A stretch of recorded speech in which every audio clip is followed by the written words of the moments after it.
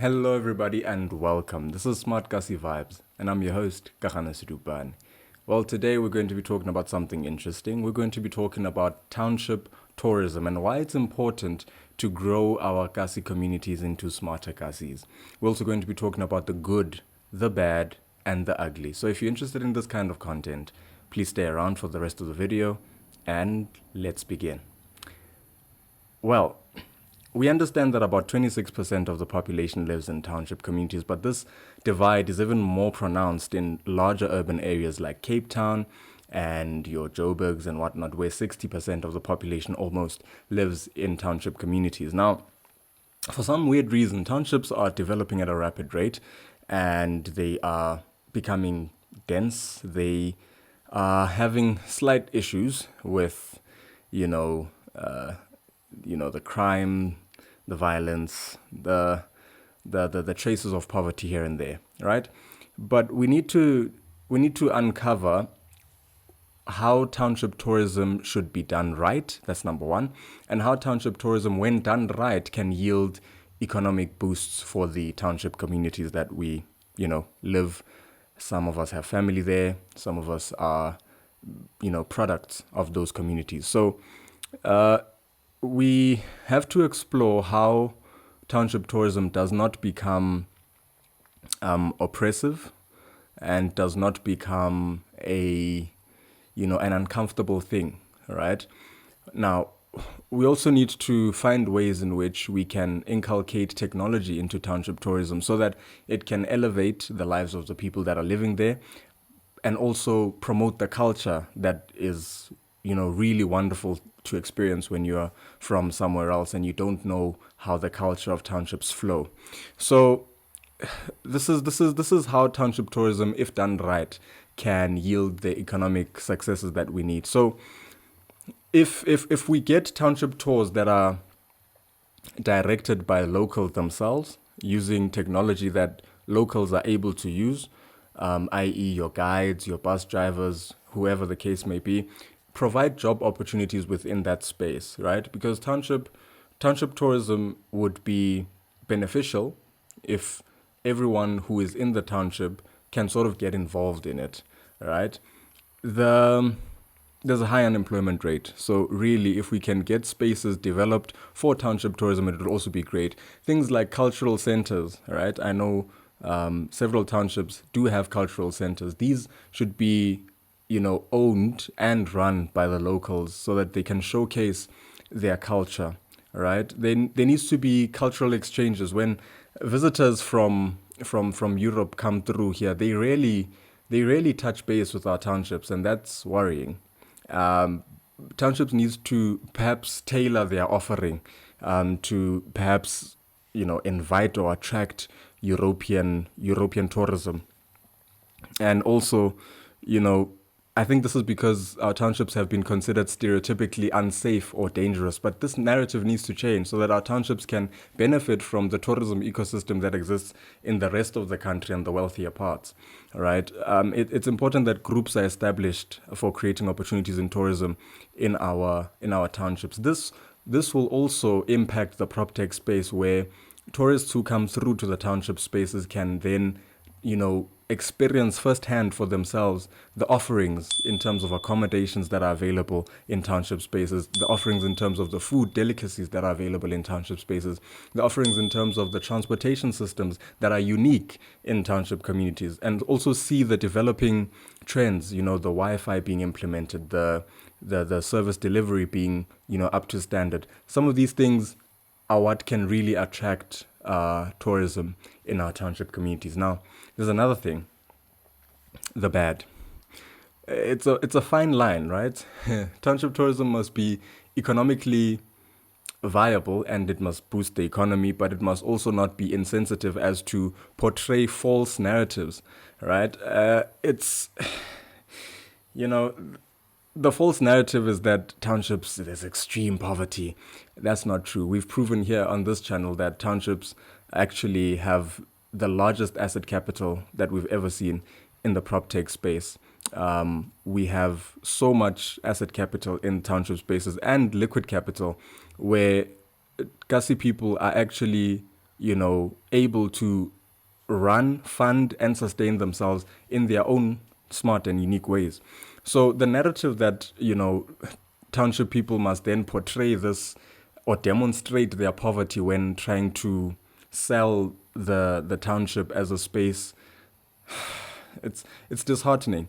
So that shouldn't be the narrative that's pushed. It must be look and see what you have to see, but also try and contribute where you see lack.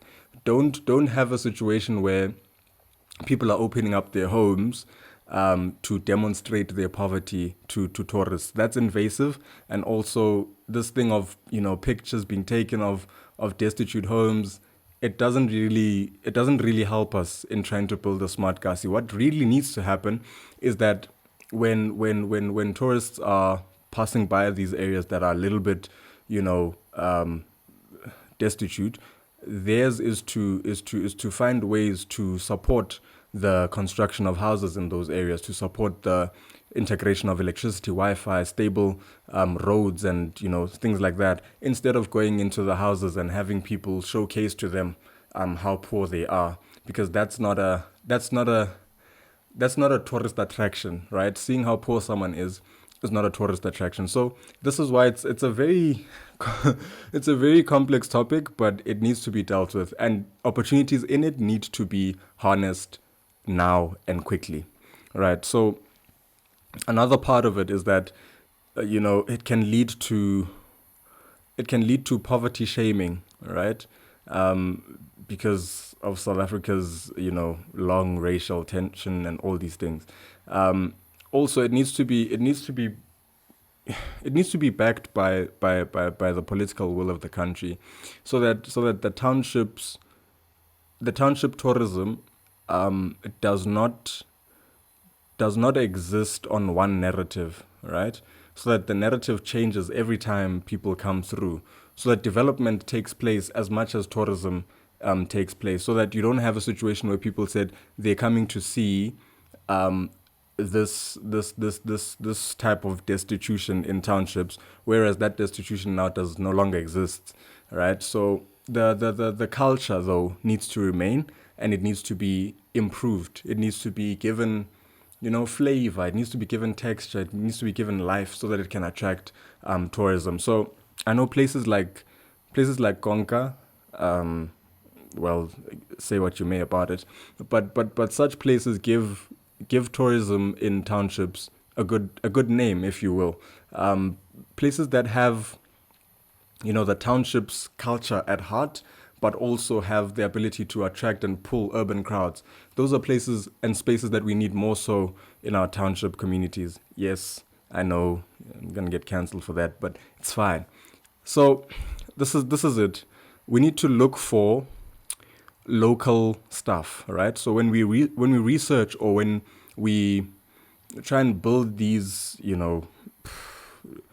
tourist attractions, or tour companies, or tour buses, or whatever the case may be around our townships, they need to be local. It doesn't help using the sightseeing bus, that red one, to visit townships in Soweto and places like that, because that money just goes to people who want to make profit. We need to have our own systems and our own guides trained to have the etiquette and the willingness to take people through our townships and experiences in that way. So small companies are the best way to tap into the Kasi tourism industry when you want to experience it. We need to have also an actual cultural exchange. Some of the cultural exchanges are one-sided, where all we get is hearing about how the visitors, think about us, but they don't get to learn from what the township people have to say about their own place, and take that to them and say, look, this is the knowledge we have here. This is what you can, take to your country and perhaps implement. Things like language lessons, things like storytelling, some classes, some cooking, lessons for the visitors. That could help really enrich the experience here in our Kasi communities. And think of other experiences like how we treat our pets, how we run with our dogs on the streets, how we play soccer on the streets, how we do street football, which is actually street football. It's not football in a tennis court or anything like that.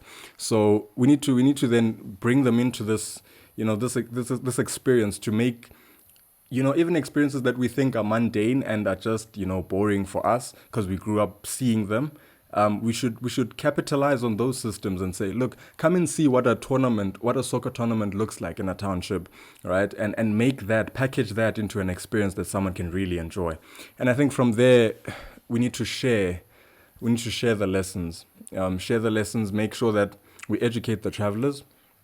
Make sure that they leave here having dismantled their stereotypes, all right, so that we amplify the voices of the township people on the ground. And this is how we stay above, the negativity that may sometimes creep in when we promote our townships and make them tourist hotspots. So I think I have just one more thing to say about this. So you've heard me talk about how, tourism is a necessity in our township spaces, but I want to talk about how it being a form of traffic flow. So if more traffic goes into our townships, more urban traffic flow, particularly, that comes into our townships, this will help with investments, right? Because now people will be having to spend in our local township communities and businesses. People will have to now look at opportunities they can help and donate and, refurbish this or that. Not just kids who come from working, in the urban areas coming home to renovate a house. No, that's fine. But we also need people who have no attachments to the townships at all, people who come from overseas, to come into the townships and see the potential, right? And in the prop tech space, this is massive because if we have a way to harness the urban crowds, right, we can then have a booming prop tech space, because anything from, the accommodations, the buying and selling of houses, that market booms as soon as you have a pull with the culture, with the food, with the entertainment, with the experiences, all these created by township people themselves to make their place a hotspot. It's no use having Table Mountain as the hotspot for tourism for, Spanish tourists or Portuguese tourists all the time, right? Every time they think of touring South Africa, they think Cape Town, Table Mountain. They should be thinking Langa Township as well when they come down from the mountain. They should be thinking, oh, let's go to Matatiele and see what's there, right? So this is really the only way, sort of, that we can have this township awareness, and then eventually a smarter Kasi will be built around that. So this was just a rant, by the way. And if you've enjoyed and come to the end of this video, thank you so much for watching. And please do consider subscribing if you will. And share this video with someone you like or love. But from me and the rest of the team, well, we're still working on that. Goodbye for now. Cheers.